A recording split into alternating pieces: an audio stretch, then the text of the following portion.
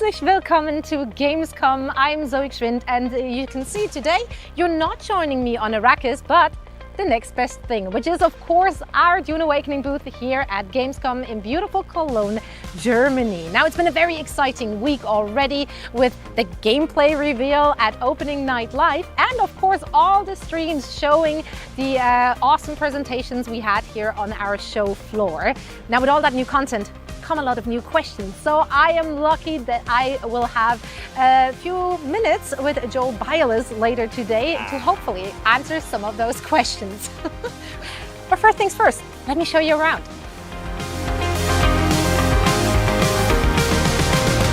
And now Joel and I are in front of the theater. This is where the presentations are happening. There will be people queuing right there. A timer will show them when the next one starts. We lucky ones, Joel, get to skip the queue, but once inside, what can people expect? What kind of presentations are those? I mean, we'll be showing 30 minutes of gameplay and discussing and talking about what the game is and giving people a real live performance of the game. So there will be developers in there answering questions as well? Yes. All right, let's take a look at that. And this is it, the inside of the theater. This is where 63 people can be seated to watch a presentation. What's going to be in this presentation? So we're going to, start with the player's first steps, character creation of course, and then your first steps on Arrakis. Then we're going to show some building, we're going to show some world events that can occur, we're going to show the sandworm, we're going to end with going to a social hub and showing off one of the city areas of Arrakis, and we're going to show the spice hunt at the end of the game. That's kind of what's going to happen in the presentation. And then afterwards, questions? Afterwards, questions, and I kind of want this screen at home. Honestly, same. Those sandworms look really impressive on a big screen, as we already knew, but It's fun to see it with the game involved as well. And for those of you who could make it to Gamescom, was of course, an opportunity to still catch all the action from this presentation from our streamer booth. We had streamers like Sacriel sitting down, showing the presentation and chatting to their audience. Do you think we get in trouble if we push some buttons here? I can probably push a couple. Okay. I'm also going to join a couple of the streams and hang out with the streamers. Oh, sweet. Talk a little bit about the game. What's your game face? What's your streamer face? Oh, I don't know. I've never really... maybe it's like this. And at last, we're finding ourselves in probably the most exciting room of all, because in here, a few lucky ones get hands-on experience with your game. Yes. Yeah, we're letting people play for about an hour at a time, and we'll be letting them, roam the world, try things out, and we'll be using a few cheats to let them jump forward in the game as well if they want to see things like flying an ornithopter, which is kind of cool. So yeah, giving people a chance to really get deep into the game.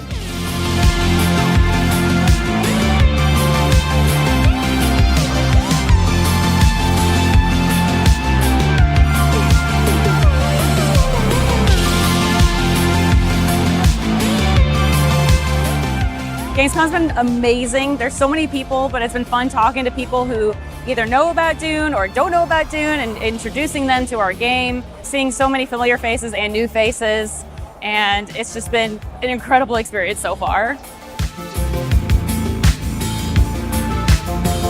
This doesn't come around very often for me as a developer, but so far so good. It's been going really great. It's been great to sort of get connections with people, get in front of people, put the game in front of people ideally, and they can get hands-on and start playing it and really give us some solid feedback. We've been, or at least for myself, been on the project now for around 5 years. So, the chance to birth the project, I guess, to the people, it's just really great to kind of see and get their reaction of playing the game. It's really nice, it's completely crazy. You can hear maybe already from the loudness, everybody has a blast of time and crazy.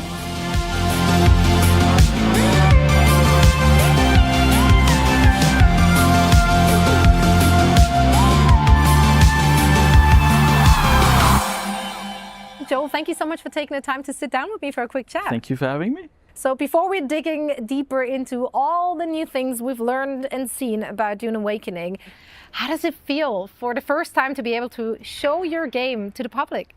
I mean, it's really, really exciting. It's humbling to see what the public think. When you really get it in front of players, people who play the game. We've shown it to journalists and creators a few times, but this is really the first look for people who, just play games. will they get into the gameplay? Will they like it? You know, are they seeing what we see, the promise of the game? So you say the reaction of the players, have you just been creeping around the corners of the booth to watch them whilst they play? You're watching people play, Love that. I'm the guy who stands behind you and kind of There will be a comment or two about that, I'm sure. coughs every time you It's gonna you play do something differently. wrong. Yeah, exactly. It's left. Left. You guys came not just, of course, with a game to showcase, but also a new tagline. It's Survive, Expand, Control. What's the tagline all about? Survive, Expand, Control is really kind of the phases that the player goes through on their journey in Dune Awakening.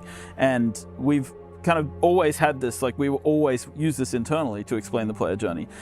In the beginning of the game, the player is really learning the mechanics of survival, the harshness of Arrakis, dealing with, the heat, learning to find water, avoiding that sandworm, and sort of making their way through the world. But then over time, they become more settled. They start to build a base. They start to expand outwards from their base. They build vehicles. They go out into the world and explore, expand their operations. They expand their bases. They make them larger. Maybe they move to a better part of the map that they prefer. And then eventually, once you've sort of seen what the world has to offer, you start vying for control over the spice. So you want to start, forming a guild, perhaps signing up with one of the factions, and of course, trying to control the production of spice on Arrakis. So it's like a bit of a checklist for the player, essentially. Exactly. Like these 3 steps and then profit. These 3 steps, 300 hours later, and you're the king of the world. Easy. It's so simple. Starting at the beginning there with Survive. We've talked about survival on Arrakis plenty of times before. We, covered worms, war, all the good stuff. We haven't really talked about the sun that much. Can you maybe elaborate on how people can withstand it? Like, what can you do against the sun on Arrakis? Yeah, so I mean, obviously the most obvious thing is travel by night. And the second most obvious thing is stick to the shadows, right? So obviously the game has a full dynamic day-night cycle, and as the sun moves through the sky, the shadows change position in the world, and you want to try and stick to where they are and do your activities in the shade. Now that isn't always possible, so you start to craft yourself gear like steel suits, which allow you to, resist more heat, and of course preserve water, and you start to craft yourself like steel tents, which allow you to have portable shelter in the world. All right, so those still suits and the still tents, is that something I can craft myself? Yes, so especially later on in the game, part of the journey that you go on as a player is you go through these trials of Akul, which are kind of a Fremen ritual. And at the end of those rituals, you learn recipes that the Fremen have prepared for their own survival in the desert. And you as a player can then start to craft those items that you picked up, yeah. Can I, for example, also build buildings and use their shade to hide behind? Does that work? Yes. Okay, sick. Yes. That's actually really cool. It's actually kind of fun. It's also like sometimes you'll be out harvesting, right? Yeah. And there'll be a rock that's casting a shadow and you'll be like, oh, I'm just going to crouch behind the rock before I shatter it so that I don't actually, get sunstroke. Smart. Cool. So use the environment to your advantage, or create environment for your advantage. And everything's kind of dynamic, so it's nice, yeah. That's really, I mean, that's generally just so much joy because everything on Arrakis is so dynamic, like the sand, the movements, the imprints you leave whilst walking on that sand as well. That stuff is interesting, and then there's like other layers to that where you can use like certain devices to blow away the sand because you're looking for buried treasure. Things that get deposited by sandstorms, they leave treasure in their wake that you can actually, find hidden beneath the sand. You need a scanner to find it, and then you can, dig up the treasure. It's kind of cool. Just things like that the technology allows us to do. That's really cool. Such an interactive, open world to explore for all the players. Now, another thing we got to see more of during Gamescom is building and the process. We talked about blueprints a little bit, about the collaboration of building. I want to dig a little deeper into customization. How customizable are those buildings? Well, I mean, so we have multiple different building sets, right? So the one that we've shown most of the time in these trailers is the CHOAM building set. CHOAM being kind of this organization that mass produces things in the world. And so you start with the basic building tiers, and then over time you can upgrade into more fancy versions which have different visuals. And you have things like, if you join the factions, you get access to the Atreides building set, the Harkonnen building sets, and these kind of allow you to visually customize how your base looks, right? And obviously Harkonnen is very H.R. Geiger, very dark, and the Atreides is more like fancy castle kind of stuff. Can I mix and match? Yes, you can combine those in any way you like to create some really weird hybrid combinations. That can get very messy, can it? Okay. It can look very weird. But hey, that's what customization is all about. You want people to be able to express themselves. Exactly. Expression and customization is one of our pillars. So express yourself, however you like, even if it turns out that your Harkonnen Atreides hybrid is an abomination to mankind. Another thing which has been coming up a lot more during what we've seen here at Gamescom is the presence of spice. So I want to talk a little bit more about that. We've seen two different types now, flower sand as well as spice. How do you harvest that? What's the difference between the two? Yeah, so a part of the kind of mechanic of the game is drawing people out onto the sand where that sandworm is, making their lives a little more risky, a little more dangerous. Flower sand is this soft sand. It's mentioned in the books as a place where the Fremen like to pitch their tents because it's the softest place to sleep. It's kind of this very fine-grained sand you find on the most exotic of beaches. Or Arrakis. Yeah, or Arrakis in this case. It's very fine-grained sand, and in the game you need it as a resource for crafting. So you can go out there, you can harvest this flower sand by hand. It takes a little while to harvest a lot of flower sand that way. Or you can use this really cool tool we have called the static compactor. And when you fire the static compactor at the ground, it kind of takes all the sand and lumps it together in this big pile for you to just harvest straight away. That sounds like something that makes noise though. Yeah, it does, right? And when you make a lot of noise on the sand, you start to attract the sandworm.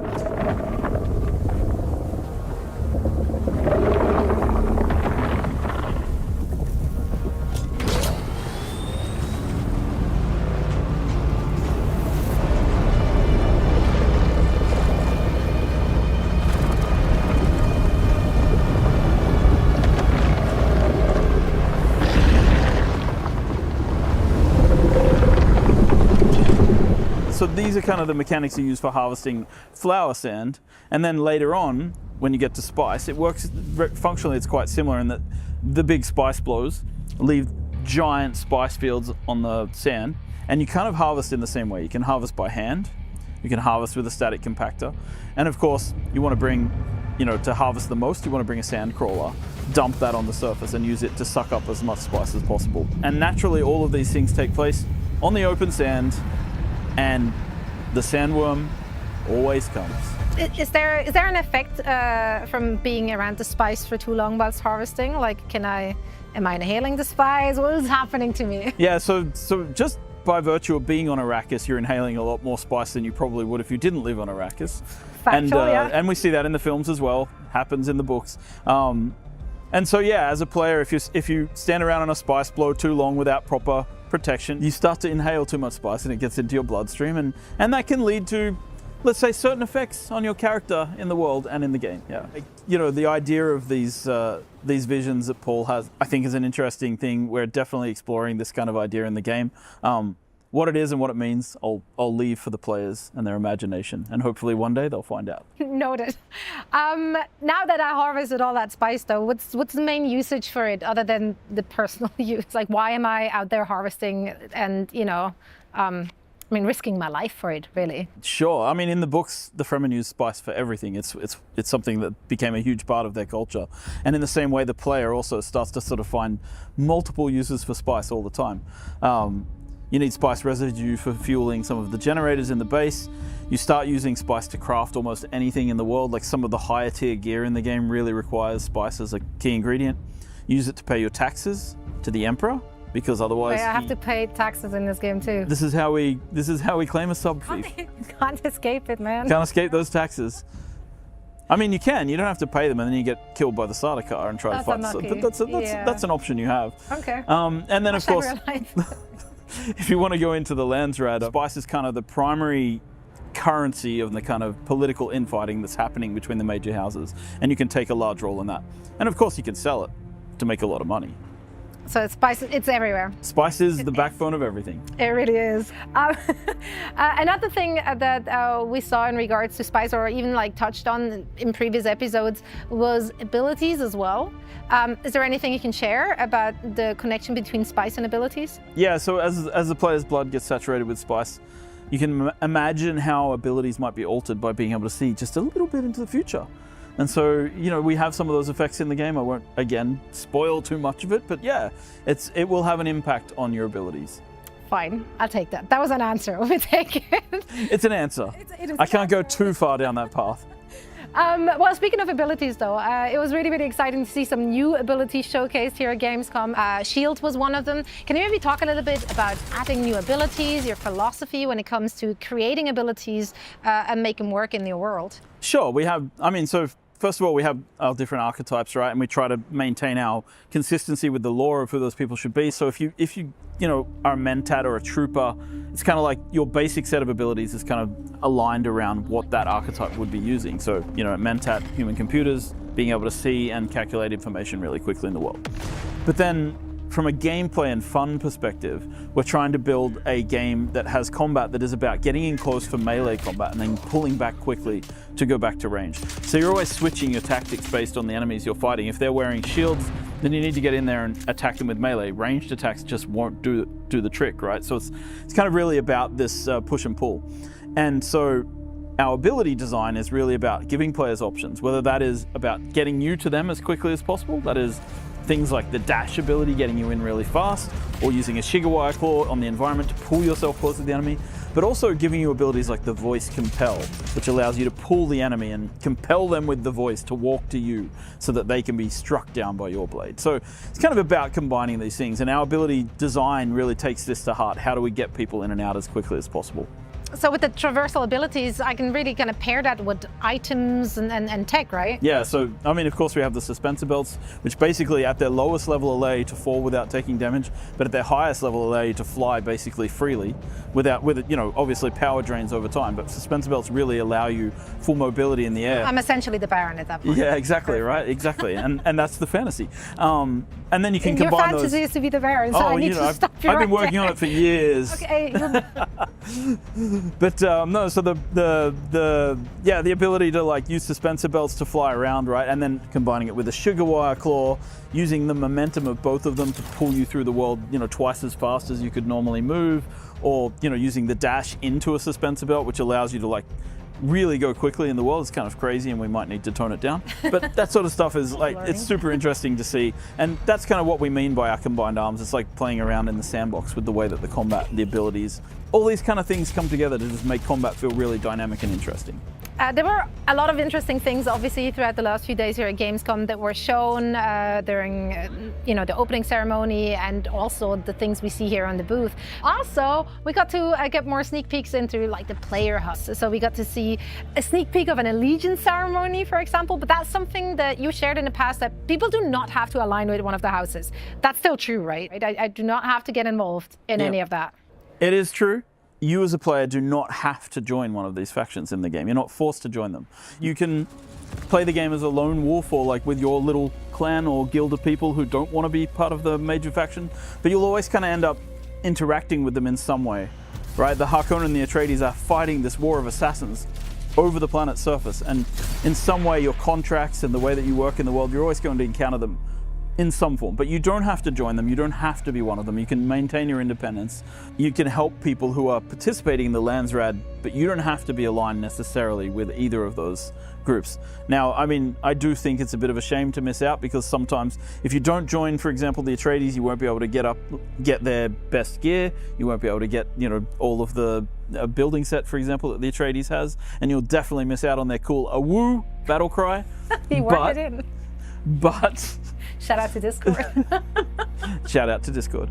But it's completely up to you as a player, and you will be able to buy things like Atreides outfits that other players craft and put on the blueprints. Yeah, I can still get my. People can put things out for you to buy. Yeah. Okay, so the major drawback of not aligning with one of the houses would just be that I'm missing out on specialized items. House rewards. In a way, house rewards. And I think some of the cooler political story stuff that we're putting into the game as well is it's interesting, but you don't have to do it. The main story is not tying you to one faction or another. How locked in am I? Can I still play both sides in a way? Is there a drawback once I'm tying myself to Atreides?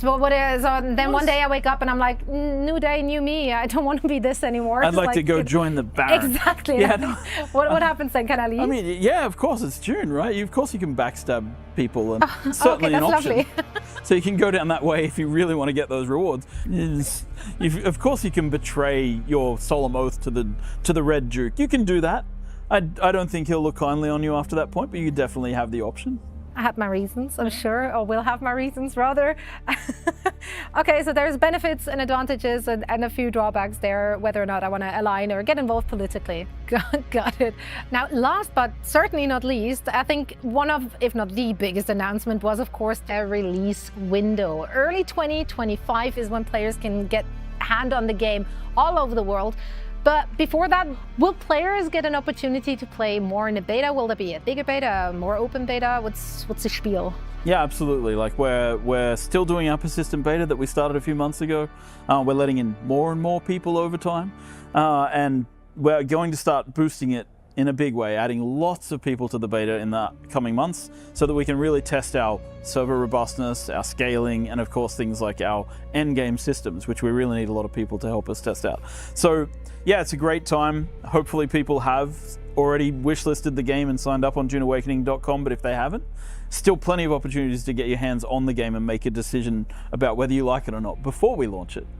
Absolutely. Well, Joel, thank you so much for taking the time. I'm going to release you back into the wild to look at what the players are playing outside right now. Yeah, I'm going to go and be nervous and try not to tell people how to play my game. You're doing great.